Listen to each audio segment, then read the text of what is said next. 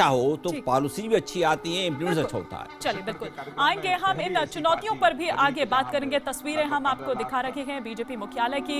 एक ब्रेक के लिए हमें यहाँ इन्हीं तस्वीरों के साथ रुकना होगा। जल्द हाजिर होंगे, इसी खबर पर आगे नजर बनी हुई है। अभी सांसदों से आग्रह है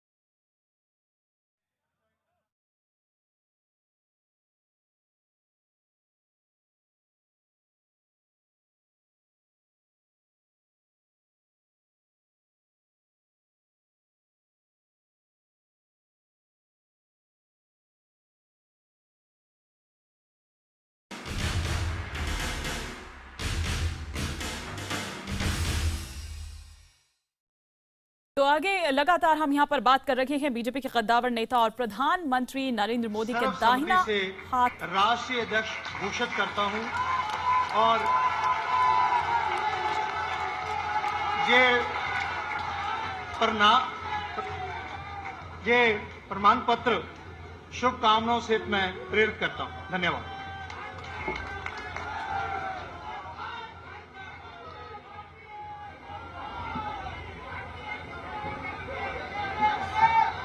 अभी पार्लियामेंट्री बोर्ड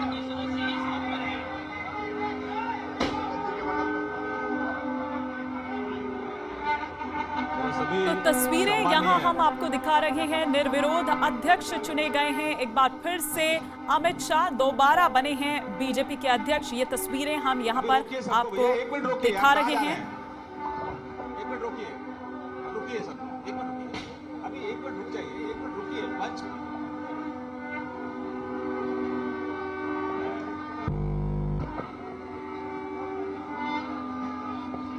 देश के सभी कार्यकर्ताओं में बहुत उत्साह है, बहुत सभी अपने राष्ट्रीय अध्यक्ष अमित भाई शाह का सब लोग अभिनंदन कर रहे हैं, उनको शुभकामनाएं दे रहे हैं। बहुत उत्साह लोगों में है क्योंकि अमित भाई शाह का जो अब तक का जो कार्यकाल रहा, सफल कार्यकाल रहा, एक सफल संगठक के रूप में माननीय अध्यक्ष जी की छवि पूरे देश में है।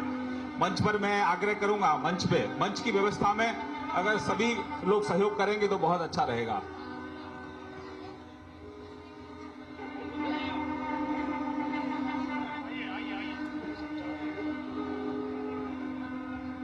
हमारे युवा मोर्चा के राष्ट्रीय अध्यक्ष और हमारे मित्र अनुराग ठाकुर जी मंच पे भी थोड़ा व्यवस्था में सहयोग करेंगे। जो लोगों ने स्वागत कर दिया है वो मंच के उस पार से, हाँ, सभी केंद्रीय मंत्री जी स्वागत करें, सभी हमारे माननीय मुख्यमंत्री जी स्वागत करें, सभी संसदीय बोर्ड के सदस्य स्वागत करें और जिनका स्वागत हो गया है उनसे आग्रह है कि वो मंच से नीचे आ जाएं, क्योंकि बहुत सीमित लोगों के लिए मंच है और जिन लोगों का स्वागत हो गया है वो मंच के नीचे आ जाएं। मैं उतर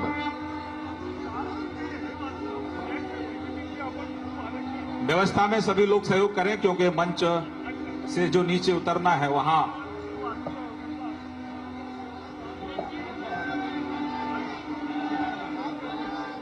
जिन लोगों का स्वागत हो गया है वो मंच से नीचे आ जाएं। बहुत बहुत आग्रह है। जी हाँ, तो तस्वीरें हम यहाँ पर आपको दिखा रहे हैं और साथ तमाम यहाँ पर मैंने पहले ही कहा था कि जो स्वागत करने जो बीजेपी शासित जो राज्य हैं वहाँ के मुख्यमंत्री भी आप यहाँ देख सकते हैं कि सभी यहाँ पर मौजूद हैं। लेकिन हमारे वरिष्ठ सहयोगी विक्रांत यादव जो लगातार पल पल की नजर बनाए हुए हैं और बीजेपी मुख्यालय में ही इस वक्त मौजूद हैं। निर्विरोध चुन लिया गया है, एक बार फिर से दोबारा अध्यक्ष चुन लिया गया है अमित शाह को। लेकिन ये जो सेकेंड इनिंग शुरू हो रही है विक्रांत अमित शाह की, क्या हम माने एक फौरी चुनौतियां आप क्या देखते हैं, चैलेंजेस क्या देखते हैं सेकेंड इनिंग्स में अमित शाह के लिए? माननीय सांसद महोदय, देखिए, अमित शाह का जो पार्टी में कद बढ़ा था, जिस तेजी से जब उन्हें उत्तर प्रदेश का प्रभार था और लोकसभा चुनाव में उत्तर प्रदेश में पार्टी को इतनी शानदार जीत हासिल करवाई, इतनी बड़ी जीत हासिल करवाई, उसके बाद से अमित शाह का कद लगातार बढ़ता चला गया। और उसके बाद महाराष्ट्र की बात करें, चाहे झारखंड की बात करें, हरियाणा में पहली बार बीजेपी ने अपनी सरकार बनाई। इसके अलावा जम्मू कश्मीर में पहली बार सरकार में साझेदार हिस्सेदार बनी बीजेपी। लेकिन दिल्ली और बिहार, ये दो ऐसे चुनाव रहे जिसमें पार्टी को बड़ी हार का सामना भी करना पड़ा। और अब आने वाले समय में हिमानी कई बड़े राज्यों में चुनाव होना है, जिसमें उत्तर प्रदेश भी शामिल है। वही उत्तर प्रदेश जिसने लोकसभा में बीजेपी को इतनी बड़ी जीत दी थी, अब बीजेपी के लिए बड़ी चुनौती विधानसभा चुनाव उत्तर प्रदेश का रहेगा, पंजाब का चुनाव है, असम का, बंगाल का, ये बड़े चुनाव बीजेपी के तुरंत सामने है। तो अगले 1-1.5 साल में पार्टी अध्यक्ष होने के नाते उनके सामने सबसे बड़ी चुनौती इन राज्यों के विधानसभा चुनाव रहेंगे। पार्टी ने मेंबरशिप ड्राइव के जरिए दुनिया की सबसे बड़ी पार्टी होने का गौरव तो हासिल किया है, लेकिन अब इन चुनाव में ये बड़ी चुनौती रहेगी, क्योंकि बिहार में जिस तरीके से पार्टी को हार का सामना करना पड़ा, उसके बाद कुछ वरिष्ठ नेताओं ने हार की जिम्मेदारी लेने का भी सवाल उठाया। पहली बार अमित शाह के नेतृत्व पर एक तरह से सवाल भी खड़े किए गए, लेकिन अमित शाह आज निर्विवाद रूप से सर्वसम्मति से अध्यक्ष चुने गए हैं। कोई किसी और ने नामांकन दाखिल नहीं किया, तो निर्विरोध वो अब चुन तो लिए गए हैं, लेकिन आने वाला कार्यकाल बेहद चुनौती भरा रहेगा। बिल्कुल, और जिस और आप इशारा कर रहे हैं उसी बात को मैं और आगे करूं। ये ठीक है कि एक धड़ा जरूर मुखर रहा उनके खिलाफ, लेकिन जिस तरह से सर्वसम्मति से ये चयन किया गया, निर्विरोध चुना गया, क्या ये चीज को दर्शाता है कि मोदी और शाह की जोड़ी जो है वो कितनी इंटरनली अगर हम देखें तो कितनी पकड़ जो है वो मजबूत है? देखिए, हिमानी बेहद मजबूत रिश्ते हैं, और जिस तरीके की जो काम करने के लिए संगठन और सरकार के बीच इस तरीके के रिश्ते होने चाहिए कि आपस में बेहतरीन तालमेल रहे। और वो तालमेल क्योंकि नरेंद्र मोदी जिस समय गुजरात में थे तब से उनका अमित शाह के साथ बेहतरीन तालमेल बना हुआ था, और उसी कारण जब प्रधानमंत्री नरेंद्र मोदी प्रधानमंत्री चुन लिए गए, उसके बाद अमित शाह दिल्ली की राजनीति में सक्रिय हो गए और दिल्ली की राजनीति में ही वो पूरी तरीके से रच बच गए। उसके बाद अमित शाह राजनाथ सिंह की जगह जब वो केंद्रीय मंत्री बन गए, तो बचे हुए कार्यकाल के लिए अमित शाह को चुना गया, और आज उनका ये पहला पूर्ण नियमित कार्यकाल आज से शुरू होगा, क्योंकि वो अब अध्यक्ष चुन लिए गए हैं। अब लेकिन पिछली बार उनके सामने कई तरीके की नेताओं ने, वरिष्ठ नेताओं ने सवाल जरूर उठाया था, लेकिन अब अमित शाह की बड़ी जिम्मेदारी होगी कि पार्टी को एकजुट रखते हुए बड़े नेताओं के साथ सम्मान रखते हुए उन लोगों की जो बातें थी, क्योंकि उन लोगों को भी ये कहा गया था कि पार्टी फोरम के अंदर आप अपनी बातें उठाइए, और आज आप देख सकते हैं कि कोई उनके खिलाफ नामांकन पत्र दाखिल नहीं किया गया। तो ये सब चीजें एक बड़ी चुनौतियां रहेंगी जो उनके पूर्ण कार्यकाल में रहेगी। तो विधानसभा के चुनाव तो है ही, साथ साथ पार्टी के अंदर भी किसी तरह का कोई विरोध का सुर न रहे, और पार्टी और संगठन के बीच जो एक तालमेल होना चाहिए वो लगातार बना रहे। ये सब उनकी बड़ी चुनौतियां इस कार्यकाल की रहेंगी। बिल्कुल विक्रांत, आप हमारे साथ बने रहिए। दोनों खास मेहमान भी लगातार हमारे साथ बने हुए हैं। डॉक्टर बख्शी, अगर 2014 से मैं देखूं, जब आए अपार सफलता मिली, उन्हीं के अध्यक्ष थे, हमने देखा कि बहुमत मिला, सत्ता में आई बीजेपी, लेकिन उसके बाद हमने उनका डाउनफॉल भी देखा। तब के उसमें, अब के उसमें, आप मुस्कुरा जरूर रहे हैं, लेकिन क्या रिएक्ट करेंगे, क्या आप कहेंगे?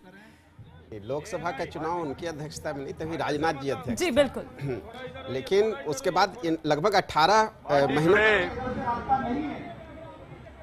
unanimously elected Sri Amit Shah for the second term as the President of the Bharatiya Janata Party. He is the most capable person. He has organizational ability, good strategist. Above all, he has a commitment to our ideology, and then he is always on the move, taking the message of the party to the nook and corner of the country. Under his leadership, we have recorded notable victories. And I am confident under his leadership, in the coming years, the party will march forward and reach out to those areas also earlier where the BJP did not have influence. Even those areas also we have become a force to reckon with. We will be able to consolidate it also in the future under his leadership. I am sure with the re-election of Amit Shah, the party will march forward and make tremendous progress in the coming days. I am sure about it. The Prime Minister Shri Narendra Modi is taking the country forward in every sector of the public life, and it is the duty of the party to take the message to the people and then get the feedback. And this combination of the Prime Minister Shri Narendra Modi and President Amit Shah will do wonders for the party in the coming days. I am sure that we will get the needed success in the coming elections. Sir, can I just ask you a question? One question.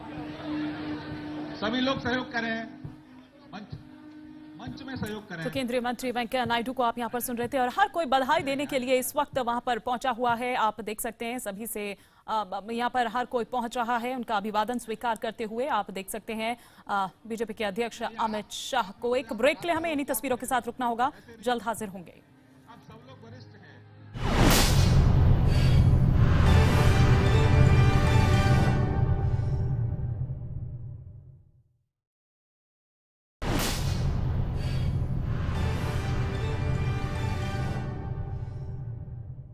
आंतरिक लोकतंत्र है और बराबर हर 3 वर्ष पर संगठन के चुनाव विधिवत संपन्न होते हैं।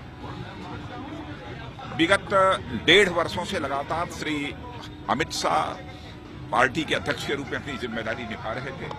इस बार यह आम सहमति बनी कि अगले 3 वर्ष के लिए भी यह संगठन की जिम्मेदारी श्री अमित शाह को ही दी जानी चाहिए। इसके लिए लोगों से नामांकन पत्र भी आमंत्रित किए गए थे, लेकिन एक ही नामांकन पत्र आया और मैं समझता हूं एक ही नामांकन पत्र अमित शाह जी का केवल आया तो उसके पीछे सबसे बड़ा कारण यह था कि पार्टी में एक आम सहमति थी। मुझे पूरा विश्वास है श्री अमित शाह के नेतृत्व में भारतीय जनता पार्टी शानदार सफलता हासिल करेगी। उन्हें मैं हार्दिक बधाई देता हूं। सर, मार्गदर्शक मंडल के कोई यहाँ पे वरिष्ठ नेता नहीं है। मार्गदर्शक मंडल के नाडवानी जी है, जोशी जी है, ये क्या संकेत? धन्यवाद। चुनाव है सर, क्या उम्मीद है पार्टी? मैंने शानदार सफलता हासिल होगी। प्रदेश में मैं नहीं पूछे अलग अलग ना बाबा ना ना ना ने डाली है नहीं दिया। अभी तक आपको बता दें कि राजनाथ सिंह के ही कार्यकाल को पूरा कर रहे थे अमित शाह। हमारे राजनीतिक संपादक अमिताभ सिन्हा भी हमारे साथ इस वक्त जुड़ चुके हैं। अमिताभ, राजनाथ सिंह तो इस बात का जवाब नहीं दे पाए, लेकिन आपसे मैं यहाँ पर जानना चाहूंगी, मार्गदर्शक मंडल का कोई भी वहां पर नहीं पहुंचा है, तो ऐसे में क्या देखिए ये नाराजगी तो है और यही धड़ा है जो एक टाइम पर काफी ज्यादा मुखर भी रहा है उनके खिलाफ। देखिए, जहां तक नाराजगी की बात है, पार्टी देखिए एक चीज तो साफ है कि पार्टी ने अपनी लाइन तय कर ली है। पार्लियामेंट्री बोर्ड सबसे बड़ी नीति निर्धारक बॉडी होती है पार्टी की। जब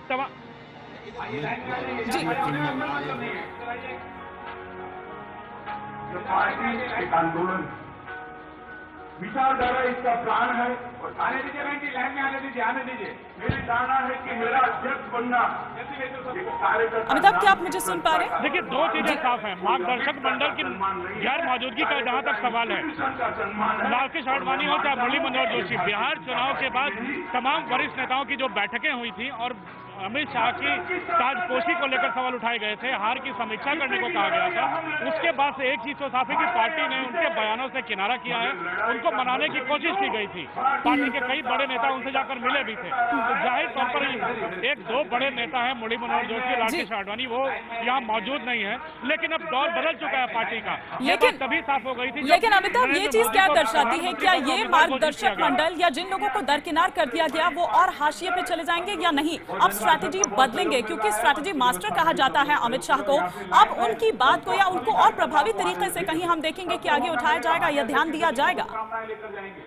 देखिए, अब एक चीज तो साफ है कि जो मार्गदर्शक मंडल है उसकी ना बैठक होती है, न उसकी बैठक की कोई संभावना है। अब की स्थिति में पार्टी में जो पार्टी के भीतर जो नेतृत्व की कमान है वो पूरी तरह से प्रधानमंत्री नरेंद्र मोदी के हाथ में है, पार्टी की कमान अमित शाह के हाथ में है और दोनों को एक दूसरे पर पूरा भरोसा है। तो जाहिर तौर पर यही जोड़ी अगले 3 सालों तक कमाल दिखाएगी। हाँ, चुनौतियां इनके सामने बहुत है। आने वाले कई राज्यों में विधानसभा चुनाव है, असम में सबसे पहले चुनाव है, बंगाल में चुनाव है, उत्तर प्रदेश में चुनाव है और खासकर दिल्ली और बंगाल की हार के बाद उन्हें साबित करने के लिए काफी कुछ है। तो हो सकता है अब रणनीति बदले और पार्टी रणनीति बदलकर चुनाव के मैदान में कूदे। लेकिन एक चीज तो साफ है कि पार्टी में रणनीति राजनीति अब पुराने दौर से बिल्कुल अलग हो चुकी है और अब पूरी की पूरी तरह मोदी और अमित शाह की जोड़ी पर ही निर्भर है। चलिए ठीक है डॉक्टर बख्शी, इसी बात को मैं यहाँ पर आगे बढ़ाऊंगी। आखिर कैसे विकास और हिंदुत्व को कैसे साधेंगे? और जैसे आजकल माहौल है असहिष्णुता, हम हैदराबाद में अगर दलित छात्र की मौत का अगर मामला देखें उसको कैसे टैकल किया जाएगा, क्योंकि विपक्ष जो है मुद्दों को पूरी तरह से भुनाने की कोशिश कर रहा है। देखिए, अपना तो लोकतंत्र है, इस देश में लोकतंत्र है और लोकतंत्र में हमेशा चुनौतियां हैं और विपक्ष हमेशा ऐसे मुद्दे उठा रहा है और देश की जनता भी देख रही है। और इसमें ये देखिए कि ये जो बेसिर पैर के काफी ऐसे मुद्दे उठ रहे हैं असहिष्णुता के नाम पर। कौन से आपको लगते हैं? जैसे असहिष्णुता का ही जो पूरा मामला उठा, आप देखिए बिहार चुनाव के बाद कहाँ गया अवार्ड वापसी। तो पूरा बेसिरपुर पैर और सरकार को बदनाम करने के लिए एक पूरा, आप यदि देखिए षड्यंत्र के साथ ये पूरे मुद्दे को उठाया गया और उसकी जो यहाँ पर रखा गया, तो उसका बहुत खासा असर पड़ने वाला नहीं है, क्योंकि हर मुद्दे का जवाब जो है भारतीय जनता पार्टी और प्रधानमंत्री विकास के द्वारा देने वाले हैं। एक ही मंत्र है, विकास विकास विकास, और इस देश को आगे बढ़ाना। और मुझे लगता है इस देश की जनता ये समझ रही, जितने भी तरह के कार्यक्रम यहाँ पर लागू किए गए इस देश में, उसके परिणाम अब सामने आने लगे हैं। और मुझे लगता है इस वर्ष के अंत तक इन सारे के परिणाम जब सामने आएंगे तो ये जो कहते हैं आधारहीन मुद्दे को उठाकर एकदम राष्ट्रीय परिदृश्य पे खड़ा करने की जो एक पूरी साजिश इस देश में चल रही है, पूरी तरह से नाकाम होगी, बेनकाब होगी और भारतीय जनता पार्टी का विश्वास पर इस देश की जनता का विश्वास बना रहे। सुरेंद्र सर, क्या आपको वाकई में लगता है कि ये बेसिर पैर का मुद्दा है, आधारहीन है और षड्यंत्र जो इसके पीछे डॉक्टर बख्शी कह रहे हैं, क्या आपको वाकई में ऐसा लगता है? ये तो राजनीतिक पक्ष है, उनको अधिकार कहने का, और हमारे देश में होना चाहिए, हमारी स्वतंत्रता इस तरह। हम केवल इस सरकार का राजकाल नहीं, आप पूरे हिंदुस्तान के इतिहास को देखिए, यहाँ पे सहिष्णुता के ऊपर प्रश्न लगते रहे, सही मायने लगते रहे। और किसी भी जरा सा आप आंख खोल कर देखिए, जिस देश में 2000 साल से कास्ट सिस्टम है, जहां पर शूद्रों को कुछ भी मतलब अधिकार, कोई प्रॉपर्टी का नहीं है, एजुकेशन किसी का नहीं,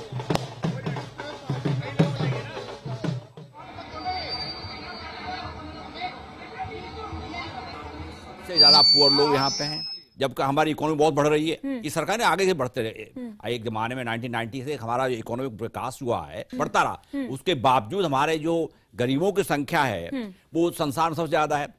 सबसे कम पढ़े लिखे लोग, इलिटरेट कहते हैं, वो भी विश्व में सबसे ज्यादा हमारे यहाँ है। आप जो ह्यूमन डेवलपमेंट इंडेक्स होता है उसमें देखें तो उसमें पर हर आदमी को कितनी कैलोरी खाना मिलना चाहिए, उसके हिसाब से हमारा जो है सब सहारन कंट्रीज को, तो दो पक्ष हुए। हाँ, हमारा इकोनॉमिक विकास हो रहा है, हमारी तमाम चीजें अच्छी बढ़ रही हैं। आज देखें संसार में सबसे ज्यादा इकोनॉमिक प्रोग्रेस, जीडीपी सबसे ज्यादा हिंदुस्तान के, चाइना के पीछे हो गया। पर इसके बावजूद हमको इसका एहसास होना चाहिए, स्वतंत्रता का मतलब ये नहीं है कि हम केवल अपनी ही बात को सही माने। दूसरे लोग हमसे जो डिफर करते हैं, जो हम हमारा सहमत नहीं है, उनकी बात सुननी चाहिए। सहिष्णुता के बारे में कहते देखिए, कुछ लोग ऐसे हो सकते हैं जिनको राजनीतिक दलों से कुछ संबंध हो, उन्होंने अपने अवार्ड उस वजह से लौटाए हों, पर तमाम लोग ऐसे हैं जिनकी जो है आप कहें बुद्धिजीवी लोग हैं, उनको ना तो पैसे का कोई वो लालच है, ना कोई अवार्ड का लालच है। अब उस स्थिति में जैसे डॉक्टर नारायण मूर्ति हैं या प्रोफेसर रघुराज रामन है, इनको किसी से कुछ लेना देना नहीं है। वो किसी एक पार्टी को, वो तो अपनी तरफ से अपने विचार व्यक्त कर रहे हैं कि हमारे देश में इस तरह की बातें होती हैं तो उससे हमारी अंतर्राष्ट्रीय छवि खराब होती है। उस छवि का हमारे इन्वेस्टमेंट करने वाले लोगों असर पड़ सकता है। तो हमें, मैं समझता हूँ इन चीजों को नजरअंदाज करने के बजाय इसको देखना चाहिए, इसके कारण क्या है और जिसको सुलझा सकते हैं। लेकिन उन बड़बोले नेताओं पर लगाम लगाने में कहीं ना कहीं नाकाम रहे हैं अगर शाह के हम यहाँ पर देखें, क्योंकि अगर हम जिस तरह से देखें, असहिष्णुता की आप यहाँ पर बात कर रहे थे, कैलाश विजयवर्गीय के बयान को अगर मैं यहाँ पर याद दिलाऊं, जिस तरह से पूरे धमकाते हुए ललकारते हुए नजर आए, आप उस पर क्या कहेंगे? आप महासचिव, आप राम माधव की बात पर क्या कहेंगे, जिस तरह का बयान उन्होंने कहा था? देखिए, राजनीतिक जब वातावरण उस तरह का बनता है तो दोनों तरफ से बयानबाजी भी होते हैं और हो सकता है कुछ बयान ऐसे अनावश्यक भी आ जाते हैं, लेकिन वो उसके बाद असहिष्णुता हो गई और ये असहिष्णुता देखिए नहीं ये पूरा असहिष्णुता से आप जोड़ देते हैं। इस देश में हमेशा होता रहा है, ये बयानबाजी होती रही है, पहले भी हुआ कई बार। कांग्रेस के नेताओं ने किया, समाजवादी पार्टी के नेताओं ने किया, दूसरे पार्टियों के नेताओं ने किया। इस तरह ये जो एक राजनीतिक जो पूरी संस्कृति है इस देश में, उसमें एक दूसरे पर प्रहार करना और मुद्दे को उछालना, लोगों तक अपनी बातों को ले जाना, तो ये पूरा जो राजनीतिक संस्कृति इस देश की विकसित हुई उसमें ये एक्सेप्टेबल है, स्वीकार्य है। अभी एकाएक चूंकि प्रधानमंत्री भारतीय जनता पार्टी के श्री नरेंद्र मोदी, इसलिए सरकार पर उसको आक्षेपित करना, अब जैसे बात चल रही है पिछले कई वर्षों से बहुत सारे ऐसे, अब 2000 वर्षों की भी बात कही, ऐसे प्रॉब्लम रही है हमारे देश में, दलितों के साथ जो भी हुआ या यहाँ पे जो जाति व्यवस्था रही, ओके भाजपा ने तो आके खड़ा नहीं कर दिया, लेकिन इस तरह की जो भी पूरे डिस्क्रिमिनेशन रहा, आप कॉलोनियल टाइम्स में रहा, आप कांग्रेस के जमाने में रहा, देश के सामने जो आज सारी चुनौतियां हैं उसकी जड़ें कहां पर हैं? आजादी के बाद कौन लोग शासन में थे? पिछले 67 वर्ष से कौन लोग इस देश को चला रहे थे? किन किन नीतियां यहाँ फ्लॉप की? इन सब बातों को, इसके पूरी बातों को लाकर यदि आप भाजपा के मत्थे पर आप मढ़ेंगे, क्योंकि पिछले 1.5 वर्ष से भाजपा शासन में आई है, तो मुझे लगता है ये मतलब तर्कपूर्ण विवेचना नहीं है। चलिए ठीक है। सर आप कुछ रिएक्ट करना चाह रहे हैं? मैं कहना चाह रहा, देखिए यहाँ पे कागज में क्या होता है और रियलिटी ग्राउंड में क्या होता है। जैसे अनटचेबिलिटी थी, कानूनी तौर पर कितने साल पहले इसको जो है हटा दिया गया। अभी भी कोई ये कहे कि हमारे देश में बहुत सी जगह ऐसे हैं जहां पे इसको फॉलो किया जाता है, ये मानना पड़ेगा। उसी तरह से आप बॉन्डेड लेबर, आप कितने ही कह सकते हैं कि वो 3 करोड़ है, 2 करोड़, एक बार फैक्ट बॉन्डेड लेबर जो है 21st सेंचुरी में होना हमारे देश के लिए बहुत ही मतलब खराब बात है। तो जो इस तरह की जो नेगेटिव चीजें हैं, इनमें एक दूसरे के ऊपर लांछन लगाने के बजाय इसके बारे को, इसको खत्म करने के लिए कोई कारगर जो है तरीके निकालने चाहिए कि जो हजारों साल से, सैकड़ों सालों से जो चली आ रही चीजें, अब चाइल्ड लेबर है, अब आपको कैलाश सत्यार्थी जी को नोबेल प्राइज मिल गया, तो उसे चाइल्ड लेबर का जो काफी हेडलाइंस में आ रही, पर चाइल्ड लेबर यहाँ पे एक्सटेंसिवली होता है। ठीक है। इस हमारे राजधानी में जहाँ पे बहुत पढ़े लिखे लोग रहते हैं, उन्हें घरों में आप जाकर देखिए, आधे ज्यादा चाइल्ड लेबर उनके घरों में काम करते हैं। ठीक है सर, मैं आऊंगी आपके पास। हमारे साथ फोन लाइन पर आईबीएन डिजिटल के संपादक जयदीप कार्णिक जी भी तो ये शुभ शकुन है, तो ये है।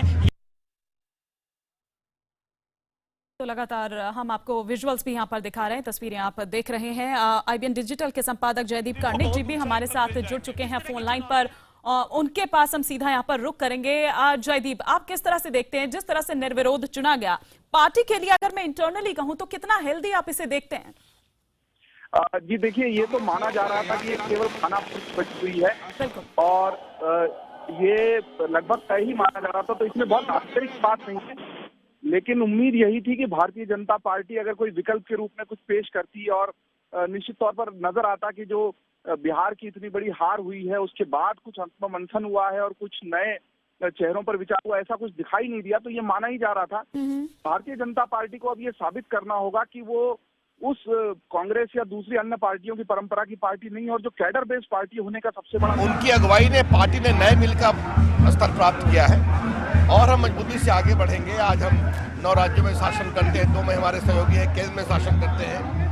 हमारी पार्टी उनकी अगुवाई में दुनिया की सबसे बड़ी पार्टी बनी है, तो नए उत्साह के साथ सबको साथ देकर आने वाले दिनों में क्या चुनौतियां आप देख रहे हैं? इलेक्शंस भी होने वाले हैं, बहुत क्रूशियल स्टेट इलेक्शन होते रहते हैं, वहाँ भी जीतेंगे और मेहनत करेंगे, आगे करेंगे, देश को आगे बढ़ाना है। सबसे बड़ी चुनौती क्या आपको नजर आ रही है आज बीजेपी अध्यक्ष के तौर पे अमित शाह के सामने होगी? हम लोग चुनौती छोटी हो या बड़ी गंभीरता से लेते हैं, देश के विकास का काम करते हैं।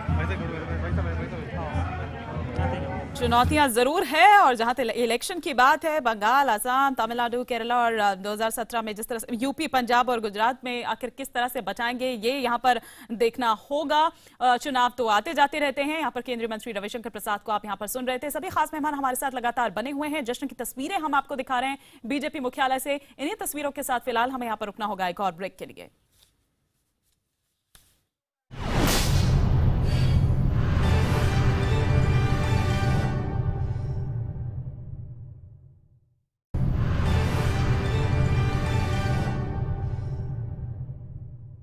तो बीजेपी के शहंशाह अमित शाह की हम लगातार यहां पर बात कर रहे हैं, जो कि दोबारा से अध्यक्ष चुन लिए गए हैं, वो भी निर्विरोध। और हमारे राजनीतिक संपादक लगातार हमारे साथ बने हुए हैं, जो पल पल की जानकारी, तस्वीरें हम तक यहां पर पहुंचा रहे हैं। साथ ही कुछ खास मेहमान भी हमारे साथ यहां पर बने हुए हैं।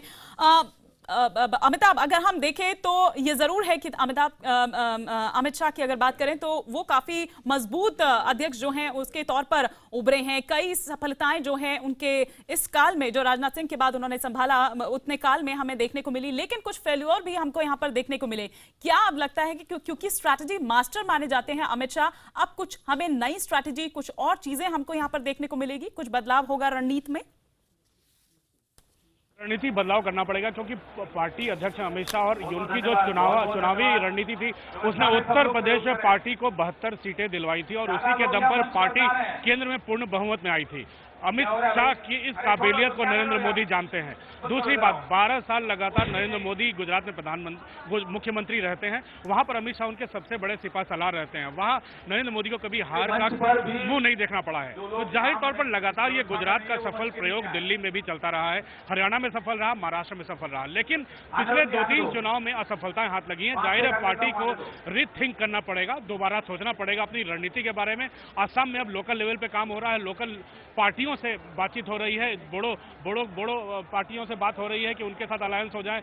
बहुत ज्यादा हाई प्रोफाइल कैंपेन होने की बात नहीं हो रही है, स्थानीय नेताओं पर सारी कमान सौंपी जा रही है। तो जाहिर तौर पर रणनीति में बदलाव हो रहा है, क्योंकि बिहार और दिल्ली में ऐसी मुंह की खाई है पार्टी ने कि पार्टी को अपने कार्यशैली बदलनी पड़ी है और उनको कैंपेन का तरीका बदलना पड़ा है। तो एक चीज तो सबसे बड़ी चुनौती यही है कि कार्यशैली बदलते हुए, कार्यकर्ताओं को साथ में लेते हुए, स्थानीय नेताओं को साथ लेते हुए किस तरह से आगे बढ़ना है, वो असम में दिखेगा, आने वाले बंगाल चुनाव में दिखेगा, आने वाले उत्तर प्रदेश चुनाव में दिखेगा, क्योंकि तमिलनाडु में भी चुनाव है। अगले 1-1.5 साल में सिर्फ चुनावी साल ही है, लगातार चुनाव है। तो इससे परफॉर्मेंस दिखेगी कि रणनीति बदलती है। पुरानी रणनीति हो सकता है कारगर साबित नहीं हो रही है, क्योंकि अब बड़े बड़े राज्य हैं जहां गुजरात से भिन्न कल्चर है, गुजरात से भिन्न सोच है। तो जाहिर तौर पर अब रणनीति बदलेगी। हालांकि अमित शाह पर प्रधानमंत्री का पूरा भरोसा है, यही जो है उनको अध्यक्ष बनाने में सबसे बड़ा कारगर उपाय साबित हुआ है। बिल्कुल, और यही असल परीक्षा भी है जो आप यहाँ पर कह रहे हैं। और अब सेकेंड इनिंग्स में ये शुरू हो रही है, संगठन को मतना है, कार्यकर्ताओं को उनकी ताकत का एहसास कराना है। और जिस तरह से आप क्षेत्रीय नेताओं की बात कर रहे थे, अब उनको उभारना है, साथ ही साथ स्वयं सेवकों में भी जो एक आस जो है वो जगानी है। और अनुभवी लोग जो हैं, प्रचारकों को, जो अनुभवी प्रचारक हैं, उनको उम्र के लिहाज से खारिज भी नहीं करना है। तो क्या ये हो पाएगा? क्या उतने प्रभावी तरीके से उसको किया जाएगा? ये यहाँ पर देखने वाली बात होगी। एक और ब्रेक के लिए हमें यहाँ पर रुकना होगा, लेकिन सफर हमारा लगातार जारी है।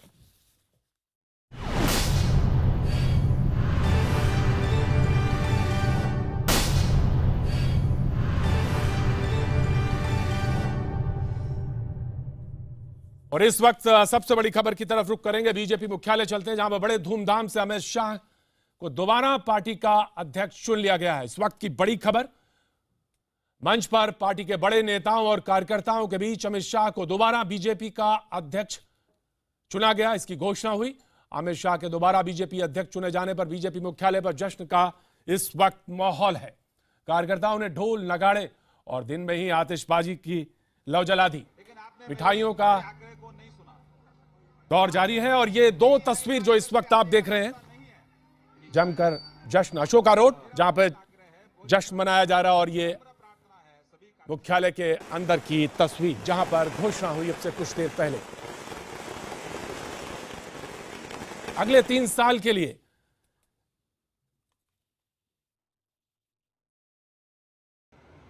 दिनांक 24 जनवरी 2016 रविवार को पार्टी मुख्यालय 11 अशोका रोड में भारतीय जनता पार्टी के राष्ट्रीय अध्यक्ष के निर्वाचन की कॉन्स्टिट्यूशनल प्रक्रिया जो है वो संपन्न हुई। मैं अविनाश राय खन्ना, राष्ट्रीय चुनाव अधिकारी श्री अमित शाह जी को सर्वसम्मति से राष्ट्रीय अध्यक्ष घोषित करता हूं। और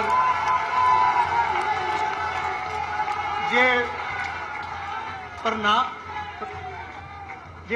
प्रमाण पत्र शुभकामनाओं से मैं प्रेरित करता हूं। धन्यवाद। 3 वर्ष पर संगठन के चुनाव विधिवत संपन्न होते हैं। विगत 1.5 वर्षों से लगातार श्री अमित शाह पार्टी के अध्यक्ष के रूप में अपनी जिम्मेदारी निभा रहे थे। इस बार यह आम सहमति बनी कि अगले 3 वर्ष के लिए भी यह संगठन की जिम्मेदारी श्री अमित शाह को ही दी जानी चाहिए। इसके लिए लोगों से नामांकन पत्र भी आमंत्रित किए गए थे, लेकिन एक ही नामांकन पत्र आया, और मैं समझता हूं एक ही नामांकन पत्र अमित शाह जी का केवल आया, तो उसके पीछे सबसे बड़ा कारण यह था कि पार्टी में एक आम सहमति थी। मुझे पूरा विश्वास है कि श्री अमित शाह के नेतृत्व में भारतीय जनता पार्टी शानदार सफलता हासिल करेगी। उन्हें मैं हार्दिक बधाई देता हूं। Shri Amit Shah for the second term as the president of the Bharatiya Janata Party. He is the most capable person. He has organized everything, good strategist. Above all, he has a commitment to our ideology, and then he is always on the move, taking the message of the party to the nook and corner of the country. Under his leadership, we have recorded notable victories, and I am confident under his leadership, in the coming years, the party will march forward and reach out to those areas also earlier where the BJP did not have influence, even those areas also. Amit Shah ji एक team के leader है और ये party को बहुत ऊंचाई तक ले जाएंगे। किस तरह की चुनौतियां आप देखते हैं आने वाले दिनों में? नहीं, अभी तो सुशासन हम कर रहे हैं और पार्टी पूरी एकजुट होकर पूरी आगे जाएगी, और जहां जहां हमारा पहले कम समर्थन था वहां भी अब समर्थन बहुत बढ़ेगा। आने वाले आज सूरत का चुनाव जीता है, 50,000 वोटों से जीता है, तो ये शुभ शकुन है। तो ये है यहाँ जो बीजेपी ऑफिस है उसमें सभी नेता लगातार अमित शाह को मुबारकबाद दे रहे हैं और आगे वाली चुनौतियों के लिए तैयार करने की कोशिश कर रहे हैं। एहतिशाम खान, दिल्ली, IBN 7।